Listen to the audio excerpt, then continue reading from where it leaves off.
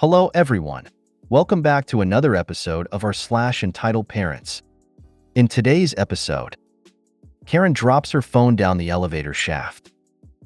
My parents undermine me all the time and want me to move to their tiny village to take care of my mom instead of moving to the city where they would have better services and greater help from me. My parents always make my pregnancies/children about them. Before we get started, make sure to subscribe so you will never miss a video. So let's get started. Karen drops her phone down the elevator shaft. I work for a company that services elevators. This includes calls from our clients as well as answering the emergency phones inside the elevators if people become stuck. 95% of the time that we get a call from inside an elevator, it's just kids or someone who hit the button by accident. 4% of the time we actually have someone stuck, and the other 1% of the time, it's Karen. My phone rings, so I glance over to check which language I need to answer in, and I see that it's actually from inside an elevator. I pick it up, thinking it's another prank call, find the address in my system, and prepare to say, "Hello? Is there anyone there?" for about 30 seconds, then go back to playing Stardew Valley on my phone. Not today. Today, Karen had other plans. I quickly get out the standard intro, and to my surprise, there is actually someone on the other end of the line. Karen, I need to speak to a manager or something? Yes, she actually said, or something with the inflection of a question. Now there is so much stupid packed into that one question that I am almost speechless. Let's unpack the stupid, shall we? Stupid point 1. She is using an emergency elevator phone and wasting an emergency response line's time to try to make a complaint. I know I said I was playing Stardew Valley, but you're on Reddit. Don't judge me. Stupid point 2. Her question doesn't make sense. Does she want my manager? We have thousands of employees and dozens of offices. Does she want the account rep for her building? Does she want the supervisor of the technician who handles her building? Does she want the manager of her local branch? Is this about a bill? I don't know what Karen wants, and I am pretty sure I left my Nintendo Switch at home, so it can't be that. Stupid point 3. We cannot give or share any information to anyone who is not with building management. In fact, anyone who is not with building management should not even know our phone number. At the time, I had no idea, but Karen has already been told this by building management and does not know our number, which is why she is calling from the emergency phone. Me, can I ask what this is regarding? Karen, no. Give me a manager. Me, well, Karen, the problem is, we have hundreds of managers who manage different things. I need to know what type of thing you're having trouble with so I know which manager to transfer you to. Karen, the manager in charge of elevators? By now my spider sense and tingling, and I am opening up the building history. Something stinks, and it's the all too familiar smell of Karen's bullshit. Me, please hold while I get the manager of elevators. I place Karen on hold to get her good and wound up before I make her feel stupid. Me, hi Karen, thank you for holding. Before I put you through to the manager of elevators, I just need to confirm. Did you call us this morning to request a technician come to retrieve a phone dropped down the crack beneath the elevator door on the 9th floor? Karen, no.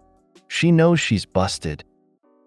Me, and at the time were you told to contact building management, as we cannot dispatch a technician unless building management requests it, or we have someone trapped in an elevator? Karen, no.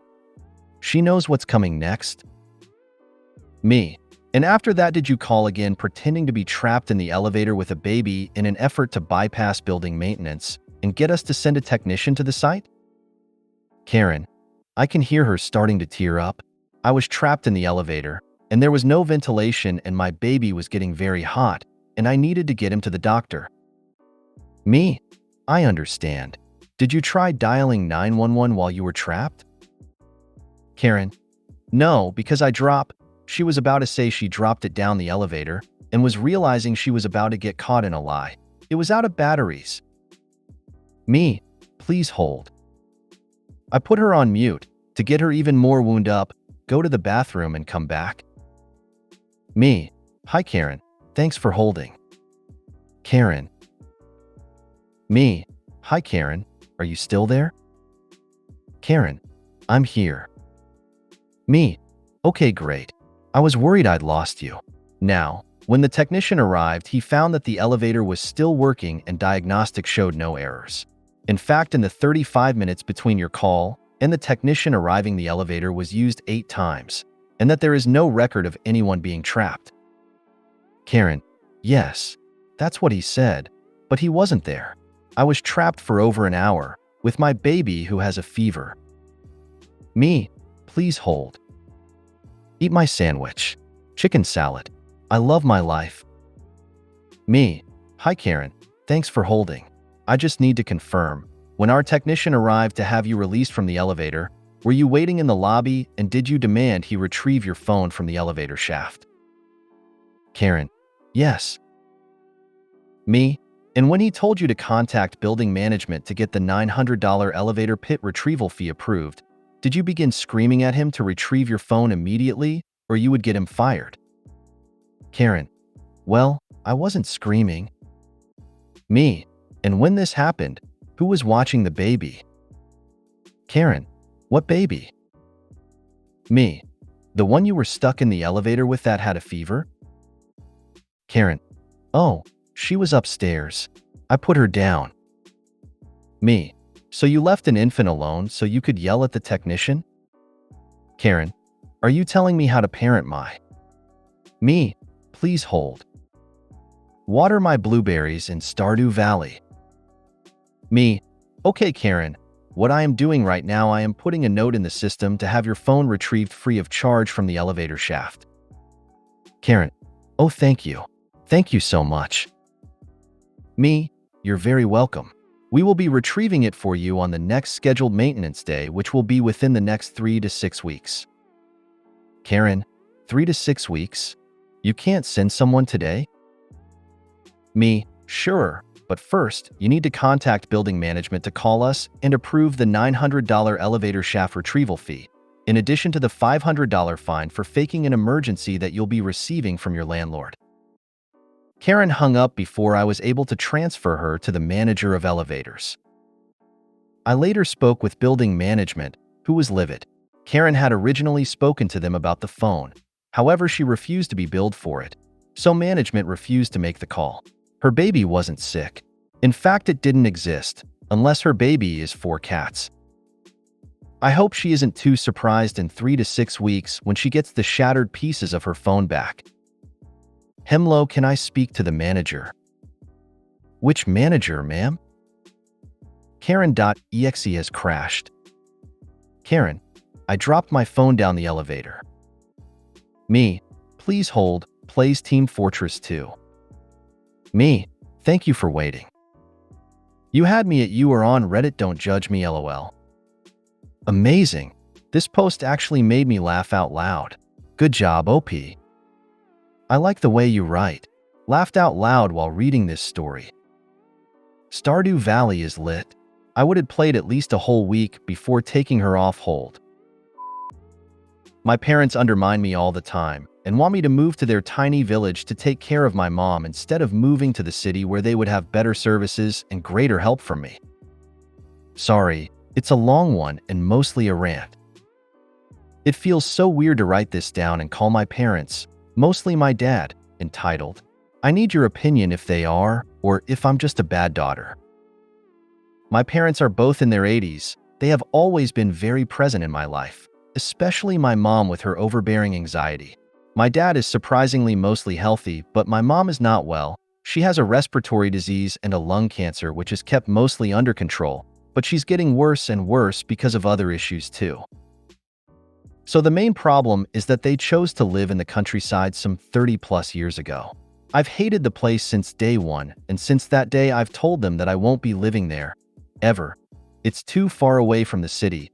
The people are awful and the place it's very backward. I've got my own place in the city and I don't drive, so they know it's even more complicated to go visit them. Despite living some 40 miles apart, I take care of everything I can from here. Mostly, but not only, her medical appointments, and I go with her every time. I'm absolutely fine with it. It's my mom. Of course I'm doing it, and I don't even feel like I need a thank you. I've been telling them to move to the city for years, but they won't budge. Even though they know that they would have better services, both medical and social, here in the city, but most of all, they would have me closer by and ready to help whenever I can. With my mom's health decaying, my dad is understandably frustrated, and he threatens to live every other day. I keep saying that I'll deal with that when he actually leaves. We had an in-home caregiver who we had to fire, and my mom, who thinks is totally fine cause she's mostly clear-headed, has hired a lady to come and keep her company for only 2 hours in the morning, starting from 10 a.m. and 2 hours in the afternoon, approximate 4 to 6 p.m. She basically does nothing but sit on the couch next to her, and my dad is incapable of taking control of her hiring process / working schedule / tasks. My mom has been in and out from hospitals and rehabilitation clinics, because she also has broken vertebrae. She has bed sores and a diaper, but she doesn't follow any of the advices given to her by anyone, neither from the doctors nor from us. She needs an in-house carer, but they are hard to find since no one wants to go live in the country, even if it's a tiny village well connected to the closest towns. My dad is full to the rim. He says he wants to live a relaxed life, not this mess, and I understand him completely, but you know the in sickness and in health thing? So, what's his solution? That I go there and help take care of her. I've tried.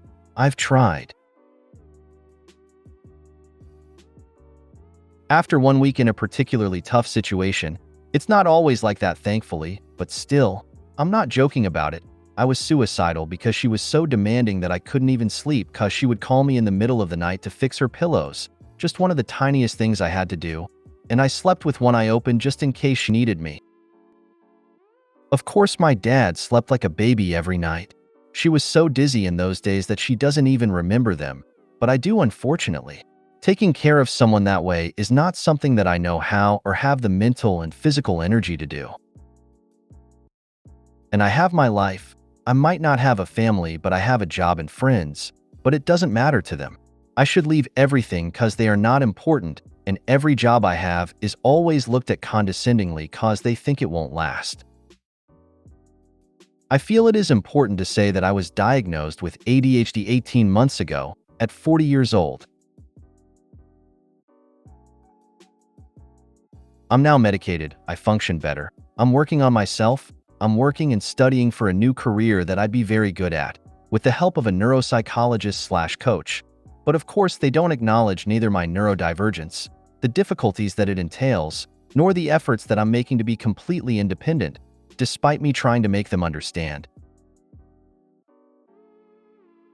What they don't understand is that the easiest and most convenient thing for everyone would be to come and live in the city, which they could afford even without selling the house. But they just refuse to do it cause my dad doesn't like to live in the city. We can't even have a discussion, it's just a no. I've told them that I'll do everything I can from here, but I won't budge and go there. This is the hill I'm willing to die on.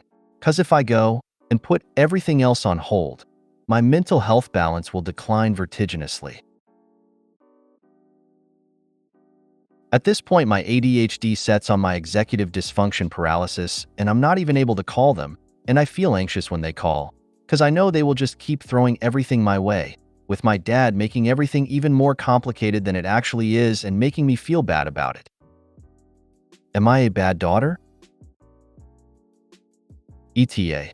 Unfortunately, I'm not completely financially independent, although at least my house is mine. Only daughter of an only daughter. I've struggled with jobs, made bad decisions, and although I've been working on it since the diagnosis, I will only be truly independent when this new job takes off, and I keep at it with the help of my neuropsychologist. So they use my financial dependence as leverage to try to control me. Thanks everyone for your answer. I'm running late for class. I'll answer to each of you after school. No. Just because they don't want to move where it would make it easier for you, and you can keep going forward with your life, makes them more entitled than anything else. Since it is okay for them to say no to moving to the city, it is also okay for you to say no to moving there. Let them know that you aren't putting your life on hold, so they can stay somewhere you have no interest in staying. They want to live there, fine. You will come when you can, but you are not moving there. Also, let dad know that you are not going to be your mother's slave and be at her beck and call 24/7. Let them know that when they are gone, you will still need to make a living, and the first thing you will do is sell that house. Say no. Your mom and dad are making this difficult by refusing the help she needs, and your father is not helping. And you cannot give up the job you need to pay your bills to go nurse your mom. There is a saying, don't set yourself on fire to keep someone else warm. You're destroying your life trying to do what cannot be done. Care for her yourself under impossible conditions is stupid. Do not do it. Go talk to a lawyer. Ask him how you go about declaring a person mentally incompetent. If it can be done, tell your dad that either he arranges her proper care or you will go for an incompetency hearing and move mom, or both, to a setting where she will be properly cared for. If that solution is not available, just sit back and wait. And what happens will not be your fault. They refused to do what was needed to take care of her, and you cannot destroy your life, your job. Absolutely not a bad daughter. And if your parents can afford to live in the city, but won't, then they can put the effort in to hire someone who can come out there and do the 24/7 care they want. Tell them flat out that you will not budge on this, and if they keep harassing about it, that you will stop helping as much as you do. Because obviously they don't care enough about their own health to move to a place where there is so much more support. While that is their choice, they don't get a choice about your health, and you absolutely will not move away from the support and options available to you where you are. You are at an age where if you go there and spend all your time taking care of them, there will be no one there to take care of you when they are gone and you need help. Unless they are wealthy enough to leave you sufficient funds to support yourself for the rest of your life, then they don't get to keep you from making plans to make sure you make enough yourself. Even if they have enough, it's not up to them. It's your decision and your decision alone. It's simple and true that you just don't have the option of quitting your job and life to move out to the country to care for her. I get dad doesn't like the city, but these are extreme circumstances. The person required to care for her is in the city and the best medical care is in the city. Dad needs to bite the bullet and move to the city. When faced with a catastrophic illness, you do what you got to do to get the sick person the care they need. You made your offer, they declined. You are done. My parents always make my pregnancies/children about them. I'm a 28F and currently am almost 9 weeks pregnant with my third baby. I live approximately 15 hours away from my parents and have minimal contact with them because they are so overbearing and entitled. This is going to be somewhat of an event post because I am dreading how they will be when the new baby arrives. It's due 3 days before my dad's birthday, and when he heard that, immediately it was all about him. With my first pregnancy, my parents were mad that they weren't told the baby's/now small child's name before everyone else. It was the same day as everyone from close friends to in-laws to extended family. Everyone learned it at the same time. But no, they were mad and loved to bring it up constantly. If you check out my page, there are some disturbing stories about how they were when she, firstborn, was born. Second child. They were mad they were the last to know when I announced the pregnancy and his name. Essentially, if they aren't the first, they are the last. They are always competing with everyone we know, even if they are the people in closest proximity. They wanted to visit the month of his birth. I stood my ground and said, no. Hissy fits and silent treatment followed. I have previous posts on that as well. Visits since then have been annoying, to say the least. They hijack an entire week of our lives. They also try to make my brother, who is in his 30s and still lives with them and is treated like a slave, clean my house without discussing it with me. I put an end to it right away. When I announced this third pregnancy, trust me, it was a surprise to everyone, including me. I decided to announce in a group chat, just so they can't argue they were the last to know. Well, they called me within minutes and did this whole fake cry routine about WHYYY, didn't you tell us yesterday? Can we just collectively facepalm? So now that they know what month and approximately the week the baby is due, they want to visit every year that month. I didn't even want to tell them, but I knew they would get wind of it since a lot of our family still lives in the same state as them, and some aren't just good at keeping secrets, even though their hearts are in the right place. It's going to be fun saying no a lot more. We're visiting our home state in July and are carefully planning it so my parents don't hijack it. Wish us luck. Next time they start the hissy fit, tell them that the reason you do this is because they act like petulant 2-year-olds, and you are already tired of dealing with 3 children and don't need to deal with 2 more who are old enough to know better, but obviously don't know any better.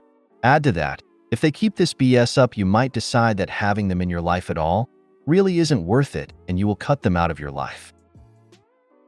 It is time to set some serious boundaries with them. It's sad to say that some 2-year-olds are more understanding of boundaries than what OP's parents do.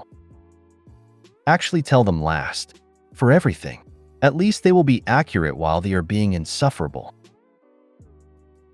If you made it to the end of the video, thanks for watching. Don't forget to like, subscribe, and share, and we will see you in the next video.